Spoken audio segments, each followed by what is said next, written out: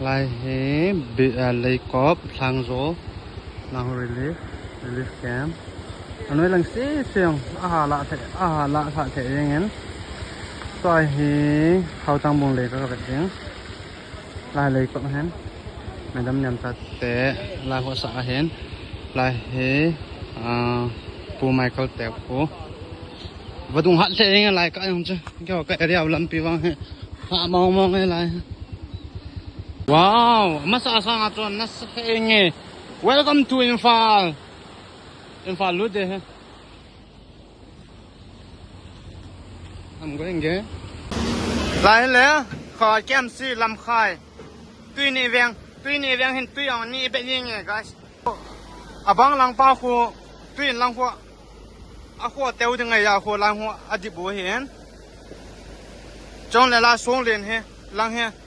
Asuse khan lâu đang xuống lên nhía quay vào hen.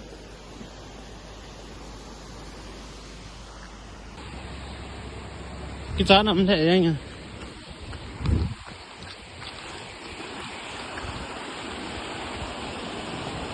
à. Nhưng có mà chú 85% charges. Nhưng có mà tao mà xí đi nhá, nào phải em bôi. Xuống là bên nào không sử dụng nó sai.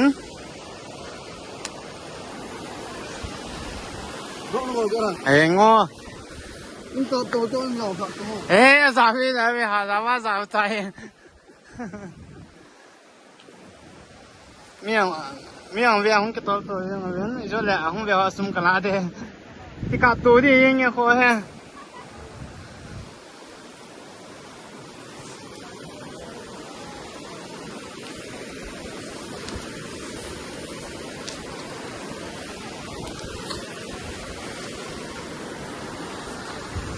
Tôi thằng con anh em thấy cái tán, giờ sang nó hạt biết sẽ thế.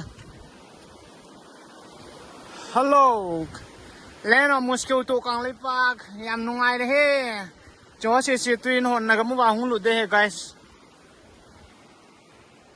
lấy mút chim là sẽ hen, xem hết chung cái bài thu sẽ về.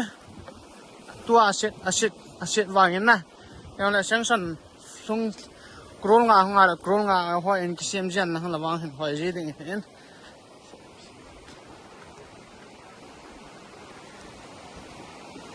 la hu ha le la ina hiti jan hum ken na ni ko man chu la te han ki chau do hen tui ha ja chu ave ja mi ata me darling nu ta ka chi hen.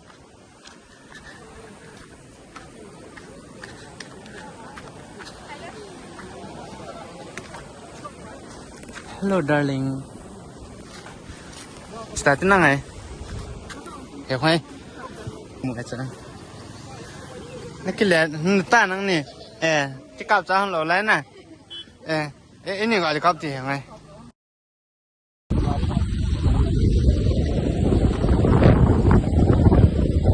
Hello guys. Hello balo.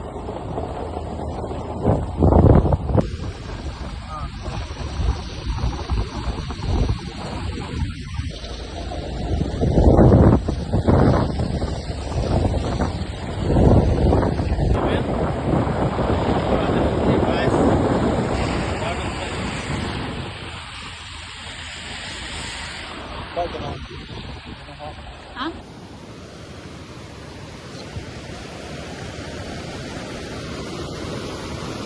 Retaining wall lo chu na. Bol cha de as dai nga hetia ko ya.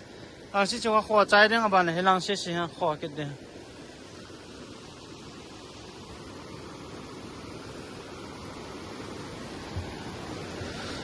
He chi he sai tu apna hung su pen hen CP ang badung.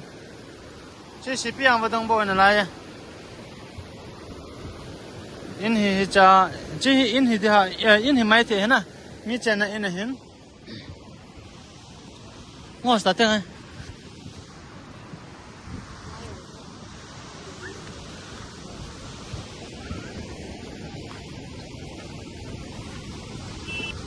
lang cycle lampi nam na ho ngo 40.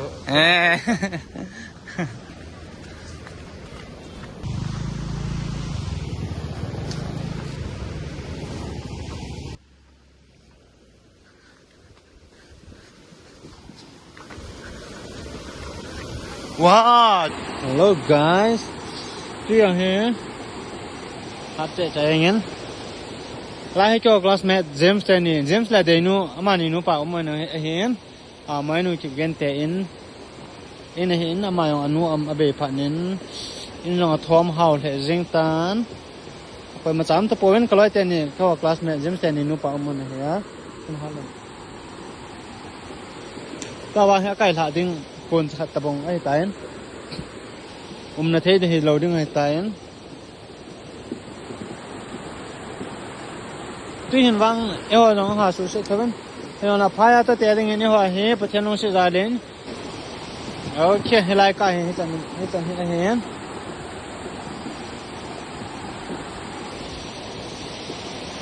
lam khong dancing drum okay dancing drum aban anoi lang le sai sapramena mo cycle le na kabya ke dote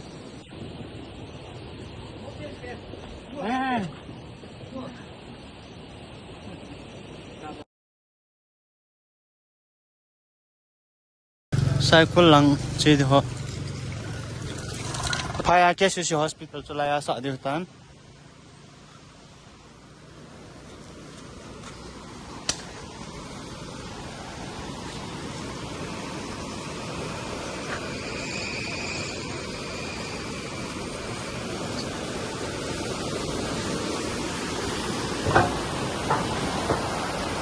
Iwan sa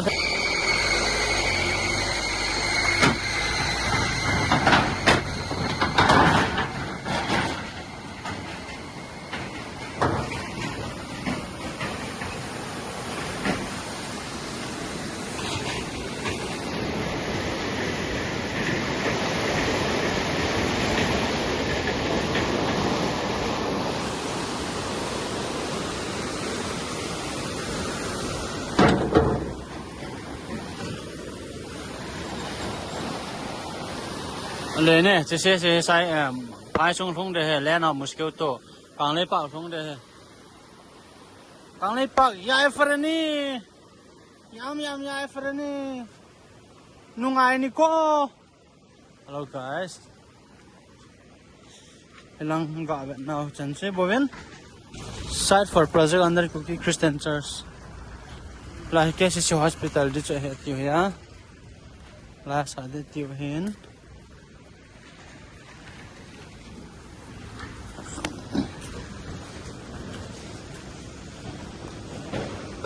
lang nong ko tui retaining wall na sa taas yam lawa la kaking tami kadyan mo sa car ne ki sa ha kyong ina kichip na gari tam ta kane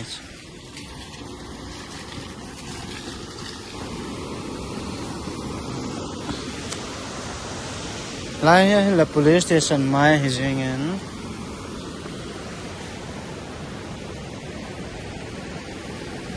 Vadong nang kihial jeng go hat tui hat besa nang olo la hung je ya dai rang alang kho la yang ta na ta he palbi kerel na yong fan kho la ding hen mu ha che ding tui hin dai rang kho yang je hen mo ol ama he khan khune ta koi hiu wa chi ai pon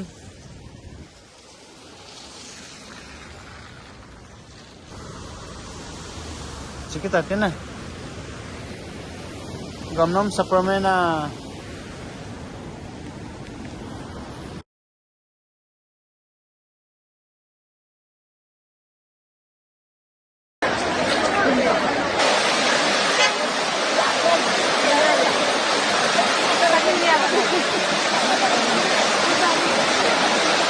Chenduna turel kaiba yabagi fibam da leire ithai beres ki gate marimak hangdokre Manipur ki mafam sinba thungna churakhiba apartment ke flood control cell dagi ngase ayuk pung 8 fawbada